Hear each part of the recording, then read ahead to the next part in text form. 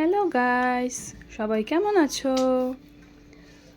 আজকে সানডে, তো আজকে আমাদের ছেলে মেয়েগুলোর আবদারে আমাদের দেখো হয়ে যাচ্ছে চিকেন বিরিয়ানি।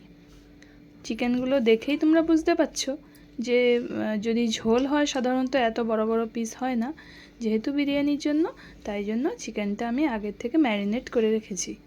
এতে দিয়েছি আমি জিরের গুঁড়ো, ধনের গুঁড়ো, তারপরে হচ্ছে হলুদ গুঁড়ো, আদা রসুন বাটা, তারপরে দিয়ে দিয়েছি টক দই, গোলাপ জল, কেওড়া জল, সমস্তটা দিয়ে দিয়েছি।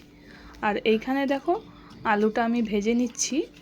আলুটা ভেজে নিয়ে আর এপাশে হচ্ছে বিরিয়ানির চালটা সেদ্ধ হচ্ছে। তো চালটাতে মানে জলটাতে আমি দিয়ে দিয়েছি 2 টুকরো লবঙ্গ, এলাচ আর নুন স্বাদ মতো। কারণ নুনটা এই সময় না দিলে চালেতে প্রপার নুনটা ঢোকে না, তাই জন্য আমি নুনটা দিয়ে দিয়েছি। তো দুদিকে দুটো হচ্ছে, তারই মধ্যে আমি বাড়ির অন্য কাজগুলো সেরে নিয়েছি। ওদিকে আলু ভাজা হচ্ছে, আর আমাকে একাই করতে হয়েছে। সবাই যে যার কাজেই ব্যস্ত।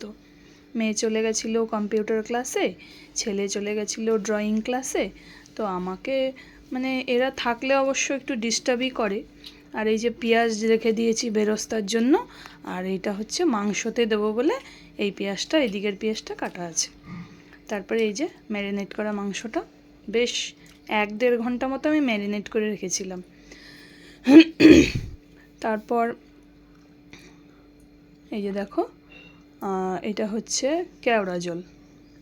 এগুলো পুরনো ছিল, সেই আমার বাবা যখন এসেছিলো তখন আনা হয়েছিল। পুরনো ছিল, এই আজকে নতুন নিয়ে এসেছি। কারণ পুরনো অনেক দিনের হয়ে গেলে কি হয়, সেন্টটা চলে যায়, তাই জন্য আর ছিলও না সেরমভাবে।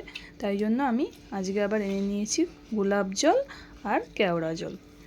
তো এখানে এদিকে এখনও ভাতটা ফুট ধরেনি, আর ওদিকে আলুটাও সেদ্ধ হয়ে যাচ্ছে, মানে ভাজা হচ্ছে।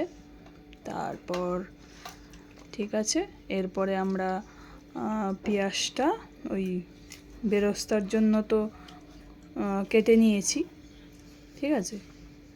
তারপর পেঁয়াজটা বেরেস্তার জন্য কেটে, এবার এই যে দেখো চালটা এখনও ফুট ধরেনি, পেঁয়াজটা তারপর এই যে বেরেস্তার জন্য ভেজে নিয়েছি। আমি অবশ্য একটু কম, এই যে চালটা সেদ্ধ হওয়ার পরে এই যে এরম ঝরঝরে হয়েছে। তোমরা সবাই যখন চালটা সেদ্ধ হবে তখন একটু সাদা তেল দিয়ে দিতে পারো, যাতে একটার গায়ে একটা না লেগে যায়। আর এই যে আলুটা ভেজে নিয়েছি, আলুটা ভাজার পর এই পেঁয়াজটা বেরেস্তার জন্য ভাজছি, যাতে প্রত্যেকটা লেয়ারে লেয়ারে বেরেস্তাটা দেয়া যায়। আর অনেকেই হয়তো ভাবছো এত কম তেলে বেরেস্তাটা আমি ভাজছি, কারণ আমি একটু তেলটা একটু কমই ইউজ করি, যেহেতু বাচ্চাদের ঘর। এই যে আমাদের বিরিয়ানির এরকম লুক এসছে। তো কেমন হয়েছে সবাই জানিও।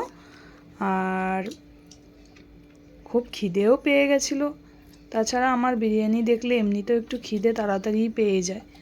আর রবিবার ছিল কি না, রবিবার